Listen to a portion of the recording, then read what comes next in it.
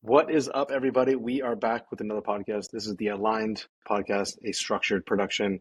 My name is Nick Shackelford, and I have Rebecca with me. Rebecca, how are you doing today? I'm doing fantastic. How are you doing? I'm very good, but also a little bit nervous because on our side, Uh-huh. it's October 10th, and I Uh-huh. feel everybody I'm talking to, other brand owners, other agency people, it's like, so you guys all ready for Black Friday? And I, sadly enough, I'm not. I'm not ready, and I'm not excited about this. And I wonder if you're feeling the same way or seeing this inside. Yeah, I mean, I'm definitely never excited about Black Friday, but probably for different reasons than you. But Truth.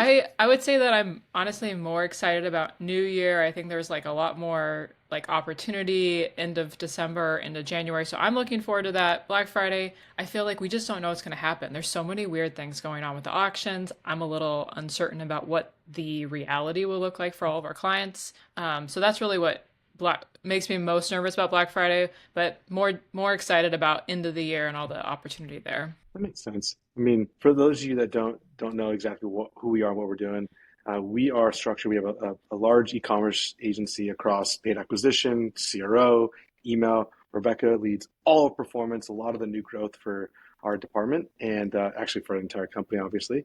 And we have a lot of viewpoints into these things. And it's this interesting thing that kept coming up. I was in person at an event. I'll tell you this. I was in Hmm. person at an event last week with a various amount of spenders, large spenders, mid spenders. I'm talking people are at 25, 50, 100,000, like us in a million. Yeah. And everybody kept saying these last 2 months have been terrible. Then a Meta rep got on stage. Sammy, she's incredible. She was honest, she was open. And I was like, why is nobody asking questions? Like very rarely is a Meta person going to get on stage. They opened up to the entire floor. She only had like 5 questions. So I kept the mic the entire time. And there has been so much updates going on, and there's like little bits of information that you have to try and pull. And the whole feed, I feel like all of Twitter, the entire event, people kept talking about Andromeda. And I go, this came out last year. Like this was a December of last year thing. Like this isn't fully new. Are people Yeah. starting to ask questions about this internally? Are media buyers and us like, do we have a unified message that's going out right now or no? Well, I think the reason why people are talking about Andromeda now is that it's basically been this year, almost basically a year since everything rolled out on the Meta side, and people are like, okay, but what's going to change? Like we've heard that there's a lot of positives coming from all these Yeah. algorithm changes, that the system's doing something different. It's going to start pulling in more first party data and we're going to get better results. And people are still kind of holding their breath, waiting for this, like kind of like what we used to see back in like 2019, 2020, like the heyday of Yeah. performance. So that's why I think people are talking about it. Because first of all, as you said, they don't really announce these things very publicly. So people are now like, oh, okay, I've heard about this from people over the last few months that this was a change, but they really haven't seen like the fruits of that change at this point, which is why I think it's like highly relevant and why people are actually chatting about this a lot more now. We're fortunate because we have an internal team Yeah. that executes creative. We have an internal team that media buys. We also have external support systems around it. And the way I'm articulating it to our team is like, look, Mm-hmm. Andromeda is essentially saying, I'm going to probably like butcher this, so correct me and cover my gaps because you're more of a technical person than I am at this moment. Is like Andromeda is saying we are going to take in contextual clues of who the buyer is. You need to craft the right offer, image, persona, and post-purchase experience and give us all that information back so that we can continue to find unique customers that you're trying to search for. So the more unique and the more bespoke and the more different your offers or product or creative or landing page experience is, the Mm-hmm. more we have to play with to find the right customer for you. Do you kind of get it that way, or what would you change? I would say like the only thing I would layer on top of that is it's like creative diversity, which could also include offer, landing page, all that sort of stuff that you talked about. Plus it's signals. Like signals is Okay. like such a it's kind of also a little bit black boxy because you're basically just saying like give What a Meta signal. all this information. What they're going to do with it, we're not totally sure, but it comes to diversity across offer and creative and landing page, and it signals. So that could be sending like when someone does an action that you really want them to do, the more positive information you can send back to Meta, the better it's going to be able to find those people. So every system that Meta builds going forward is all signal based. If you don't send the right signals, you're honestly behind. That's like ultimately what this shift to Andromeda has. That's what I've been understanding from people at Meta and what they're saying on stages that they're presenting all this to for all people in the agency world. That's what Yeah. we're hearing. So that's really what all the brands that we're working with have to keep a really close eye on because targeting is not an option anymore. No, and so this is what brings me to I'm going to read a tweet. So I'm going to look down to the right here real quick. And his name is Jason Yim. He is actually on client solutions at Meta. So he's a good follow on Twitter. Jason YIM Co. Jason Yim. And he goes like everyone's talking about Andromeda, but there's actually like one of a handful of updates. And the first one he goes, it's called Meta GEM, Meta Gem, Generative Ads Recommendation Model. It's Meta's new super brain that can read an entire library of books in seconds, understand the relationship between all the characters, remember every single detail. In short, it reads the minds of your customers, figures out what they want next week before they even know it. And off camera, you're like, you gave this analogy, which I want you to say it again because it was actually perfect. Mm-hmm. It is just a part of Andromeda. Like Andromeda is like all of the, I feel like all of the things together, and they just kind of Yeah. called it one name because Gem is just like it's recognizing first party data of customers that are taking action in your buyer segment. Mm-hmm. Reply on that before I kind of take you down a debate I'm having on the Twitter sphere. Yeah, I mean, I would say that honestly, Gem ultimately what Gem is Gem is uh, looking at what they predict to happen from a consumer standpoint. So the example that I had given Shaq was, if his wife is pregnant, she's getting maternity ads. She buys maternity ads. They know that she's pregnant, so they can Yeah. keep serving her products that you would need for your when you're pregnant. That could be like newborn stuff while you're pregnant, and in future it could be baby clothes and stuff like that. So every single time she would make a purchase, it's going to have some sort of understanding, some sort of prediction behind what's going to happen. So it's Right. really taking into consideration the individual and what their predicted outcome is going to be with regards to what they might purchase. Then the other part of that is it's also taking into consideration things like little micro uh, adjustments that you're doing on their platform, like holding your finger over an ad for a second or two and watching a video with a little bit of intent, they might say, oh, this is possibly something that you're interested in that we didn't know about. And they'll take that information into consideration. So every little thing that you're doing, whether it's purchasing or holding your finger over an ad for a second longer, they're Yeah. taking that information to determine what ads to put in front of you. So while we can do all the work on the creative side and the signal side, it's also taking into consideration these other outside factors that we have no say in, that we have no insight into. This is why I think people are mixing up Andromeda as they're saying Andromeda, and but realistically, it's all these other updates just lumped together Andromeda because there's so much movement coming. Because right after Correct. Gem, it goes, it's the next thing he goes, there's another update called Meta Lattice, or Lattice, Lattice. And it's before this update, we had small libraries dedicated to individual topics. So it's like individual segmented sets of information. And now they're kind of combining it together. So this combines all the knowledge into one central area. It sees the entire customer journey from first scroll of the reel, first thing they hovered over, to the final click on the website to Mm-hmm. improve ad relevancy. Yep. So this is like the second layer. And so the first layer is like, okay, we can take all this contextual information. The second is like not all that contextual information was separate. Now this is kind of coming together so that it can improve the ad relevancy or the customer to the product quicker. Yeah, exactly. I mean, the big thing here is that Meta overall, if you want to just like think very, very high level, like very high level view of like what they've been doing. They're taking all these systems that were very separate and very bucketed and putting everything together. It's very consolidated. So even like the way that we buy ads is more consolidated. That's how their systems are working. It's the same concept. They're putting as much together as possible and trying to make their systems as intelligent as possible through a more consolidated strategy, which is a why that really why we are also kind of forced into a consolidated strategy as well. Well, this is not new. Like they've been pushing. The Yeah. funny thing is they've been preaching Power Five for so long, Yeah. and I think at the time we all really were like resistant to it. Not because look, dude, if you ask any media buyer, Hmm. what are you doing, and they're not in accounts, they feel as though they're not a media buyer. And I Hmm. know the term media buyer, that term is not as all encompassing, or it's more all encompassing now than it was before. It used to just Yeah. be a channel expert, but now media buyer is all things projections, creative analysis, Yep. channel ownership, and product rotation or offer creation. And it's just all starting to add into it because now what we've been debating. So you have those two things. There's a couple other updates. You guys have to go read that tweet. It's a pretty good one, really relevant. It's going to put you down a rabbit hole of understanding.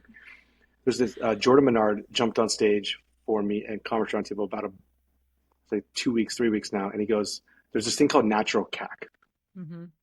A CAC target, cost to acquire a customer, that is Meta wants you to spend an unlimited amount of money at, Mm-hmm. and it'll take all your money. Whereas a lot of the time, I mean, so for a perfect example, us at Breeze, right now we have a $52 first time customer CAC and Mm-hmm. $108, $115 AOV. Mm-hmm. I say this and you go like, you're like, spend more money. Like Yeah. spend all your money. Like everything you can afford, spend your fucking money. And we're like, whoa, whoa, whoa. Like right now we're in a moment where money is tight and it's difficult and our spend is down and we're trying to force the profitability as the shortest period. But normally before this period of cash crunch that we're in, Yeah. we'd be spending into a 3 month LTV. And Mm-hmm. Meta said, today I'm spending 6,000, I think 6,000 a day, 4,000 to 6,000 a day fluctuation because I have to maintain that $52 CAC. But when I can afford 85 or $95, they'll take $100,000 a day Oh yeah. because I think that's the natural CAC. That because Meta knows what the consumer, they Mm-hmm. know what people in our category that they can afford to spend, and they Yep. know exactly when this person is going to make the purchase. And also, what have we been doing? Sending them all the signals of our subscribers for LTV. So they're Mm-hmm. going like, whoa, whoa, whoa, dude! I know you want $50 CAC, but there's only this many people we can give you at this rate, Yep. and it doesn't matter how much creative you do. And so I'm sitting here going, I think we're thinking about how Meta is being used very wrongly. From the brand side, I can say this Mm-hmm. because I own everything, but from the agency side, I think you're like, this is a hard sell. I know you're ready to go. Go, pop off. Well, it's definitely a hard sell because while Meta does have that information in some instances, it still doesn't know as much as we do. Because even from our perspective, it does take work. It does take a financial expert to actually determine what your true CAC should be. It's not like it's easy just to like pull it up in like 2 seconds for most brands. So how would Meta know what your natural CAC actually is and what is actually profitable for you?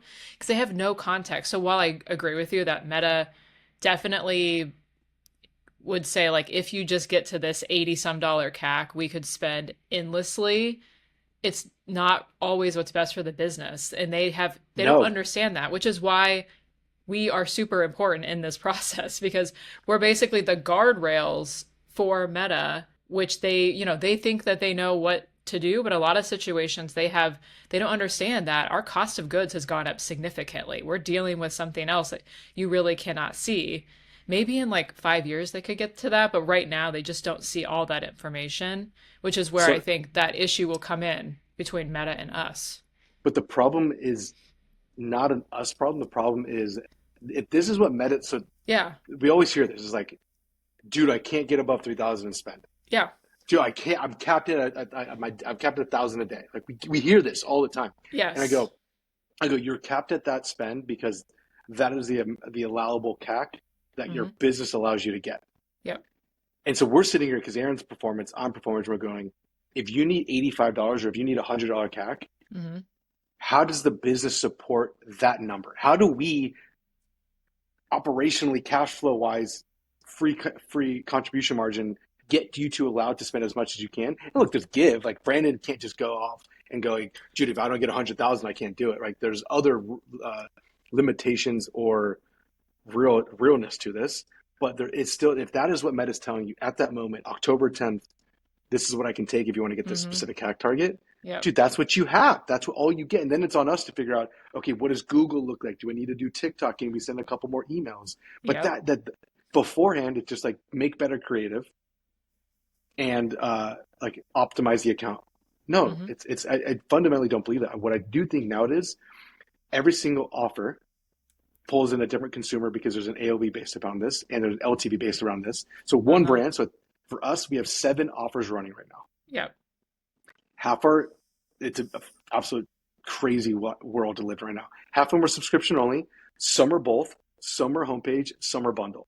Yep. Yeah. Some are subscription, no, some are not. So all these consumers, like, there's no way Meta's going to understand what those are going to be. But that's not Meta's job. It's our job to be like $84 CAC on a homepage, $45 CAC on the subscription only offer, but give them more. Give more ways to find a consumer because it's like avatar, within the avatar, the angle, within the angle, within the offer, the style of the page, within the style of the page, the creative, within the creative, the style of creative. And it goes so fucking deep that I don't think people are thinking about. It does go really deep. The thing is, I don't know from a brand, like how would a brand actually accomplish this outside of sending a signal to Meta that tells them that this is an acceptable thing in this situation and this isn't. I mean, this is You where I spend think more. well, I You're think spending more. well, even when you spend more though, the system doesn't love when you spend more even nowadays. It does reset your learning phase even with pushing up budgets like 25%. So let's say you start adding 25% of budget every day, which is obviously a signal that you can do it.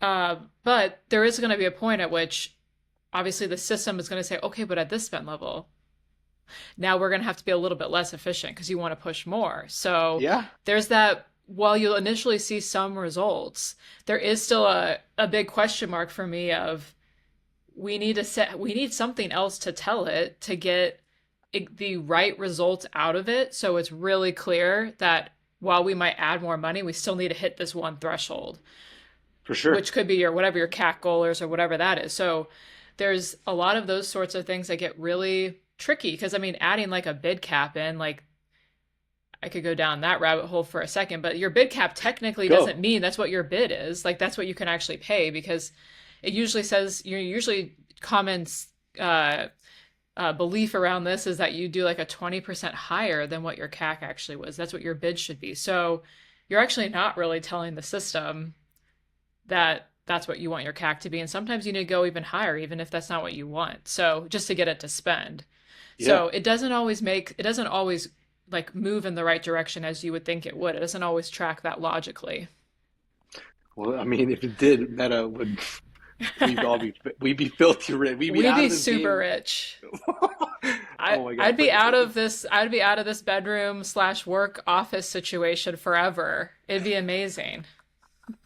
oh my God, the work situation with baby, and then like now he'll just start crawling and walk up and just say Yeah. hi. He's sitting here looking here, but he knows that no one can see him, and he's just saying hi. I'm like, buddy, they can't see you because he can see us. It's so funny. Exactly. So yeah, But we'd have better situations if we could just tell the system exactly what we want. Now, do I think that there's a world in which we can get there? Yes. I know that that is like very top priority over at Meta to figure out ways for us to tell it more information to get us the results we want. I just think like I agree the natural CAC is a thing, but then there's all the other things that happen. If you push up spend, it was like, well, okay, yeah, we're going to be a little bit less efficient. Then it's really not following any of those rules either. So it just gets there's a lot of trade-offs and there's a lot of caveats to all of this stuff, which is where it gets really tricky. Which is why media I buying know. is really more of an art than a science. It's a lot more complex than a lot of people give it credit for. I think so, and I think more people are starting to realize that yes, AI is here. Yes, we Yep. should be utilizing it and having it, but it doesn't. It's still a human in a loop, no Hmm. matter how automated. Like we there's always been automation of rules. Even Meta themselves has like rules that you can turn things on and off based on if and then statements. And media buying itself, those like just if you ran it by numbers and Hmm. workflow, there's still contextual changes that need to be implemented from a human level. And the best system still has a human somewhere involved in it. And I think it'll always be that way. It's just what do you get to do? Even Yeah. on the retention side, there's one or two tools that we use that it doesn't take away me making my decisions or my planning, but it sure does make it a lot easier to do that quicker, which is cool. Absolutely. I mean, I'm a big fan of any tool that can make us move faster, give us more information, do less work. But as long as there's still that a bit, I still think there's that human analysis that has to happen. Or Yeah, it could just be, I mean, long term, it really could be that we're just feeding the systems like all of our profitability by promo, and they get that information. I mean, that's basically the tool that we're about to go live with, that we're building right this second, that's going live probably in about 3 weeks, is going to be crazy. automatically passing back COGS to Meta on each product. So we can actually share that information. They understand how profitable each product is. What could be more interesting is even having that on the product page or like Yeah, higher up in the funnel. So it's really clear that when someone goes to this sort of page, this is the sort of profitability we're looking at. Those are like there's just so many opportunities like to kind of build this out larger. We're just going to do a very straightforward setup, which is updating your purchase event to pass back COGS for each product. But I see that the possibilities are honestly endless when it comes to data and signals and what you're actually telling the system is going on with your business. Which is so good because, dude, even think about it. You hit a landing page, you push to cart, and there's upsells in cart. There's like Yep. contextual pricing and AOVs that are going to rotate around that, and that's so important. Is this the partnership that we've been working on with Meta? Like I keep seeing Yeah. the update going Yeah. on. Yeah, Yeah. so So wild. so we What is this like program? we basically just pitched to Meta that we had a product idea and it's part of their value system. So they have a bunch of different value products, the most popular being their value optimization or ROAS optimization for all of us old school media buyers, but they call it value opt, which is essentially revenue optimization. So as part of that suite of products, they have currently, I think it's a beta right now, is the profit. You can actually optimize towards profit margin. Mm, So to actually set up that sort of test so now, cool. it's very manual. So we're coming up with an automated tool that integrates with Shopify that will take all of your Shopify COGS data and then we'll pass that back into the CAPI um, purchase event. And that's how we will send that data back to Meta. So you can actually set up a campaign in Meta. You have your dynamic catalog in there. You're telling the system you're looking for the most like the highest profitability. It has all that information by product, so then it will start serving products based on profitability. That's how the whole system works. So That's so beautiful, as it should it be, is nice. It's right? very nice and all packaged up in a nice bow. But I think there, like I'm saying, there's a lot of opportunity to kind of go deeper on Build it it because out. you can give the information sooner in the funnel. That could be really interesting. Not just at purchase. Why wait till purchase? Why not do it earlier? There could be a lot of other opportunities there, which I think is when we can start sharing this information back with Meta. I think that we'll get the best results as well for your brand, our clients. That's where we're going to see the most success. Well, even if you take it back in the old days, remember you used to be able to do reach and frequency buys. Now it was non-conversion focused, but it was still Mm-hmm. distribution focused. So a lot of the larger brands. I remember when I was at Omnicom on the Apple account, majority of the time we were like, "Yo, we want to run this spot that was always supportive of the TV spot in the Mm-hmm. region and country it went live on." That was just like the digital. You couldn't buy anything, but it was like distribution, Yeah. and it's almost like Meta. We love you and we want to give you more information so that you can help us spend more money with you. Like that's Yeah. ultimately like we want to give you everything we got. So take it. But we need it at the certain specific level, right? Yeah, we need it at a very granular level and they need it at a granular level. I just think that the more communication we can have with the product teams at Meta, the better things are going to be for us because we're not doing it. I mean, it is somewhat self-serving, but it's also beneficial Sure. for them because then they'll make more money. So Yeah. there's a beneficial relationship. Like I was having a conversation with our um, business intelligence engineer at Meta who's working with us on this COGS project, and I slipped in their ear that's something that I would really like to see, which is like the newest. This is maybe my news update. This is the biggest thing I've heard about. It's actually been happening for a while, but I recently heard there's an actual name behind it, which is an Huh. entity ID. Meta is using what's called an entity ID on their back end for every creative that you launch. So if you launch, This isn't Gem no, this is another fun little thing that they have going on in their back end. or I don't know where it lives, to be frank with you. Like I don't okay. understand where all of their products are living with, in all of these categories, but essentially the entity ID is connected to every ad that you launch. So whenever you launch an ad and the ads look somewhat similar, they have the same ID. So the idea is when they say creative diversification, they actually have a number where on the back end where they're determining if the creative looks different enough than something else. So it's like if I would my comment to them was I would love to see these IDs. Can we just see what they look like? Because what if we find out that some account only have three IDs on the account, so we only have three different formats that we're actually running, but we think we're running 15 different formats, Damn. but they actually are saying three. That's the sort of stuff that I think would unlock performance for both Yeah. Meta and for us because we're actually giving them more diversity, but right now we think we are, but maybe we aren't. So that's where Damn. that's where I think the more we can stay in communication, understand what they actually want to accomplish, but could also be beneficial for us, can be really a beautiful relationship because it's really working for both parties. Because that would be wild if we got that information because it would Yeah, steer everything. the intent, it'd steer the intentionality around what it is we're doing. Okay, so For is sure. offer that important? Is AOV crafting that important? Is Yeah. persona like what is it? And we'll do it and we'll build around it. I hope we get that.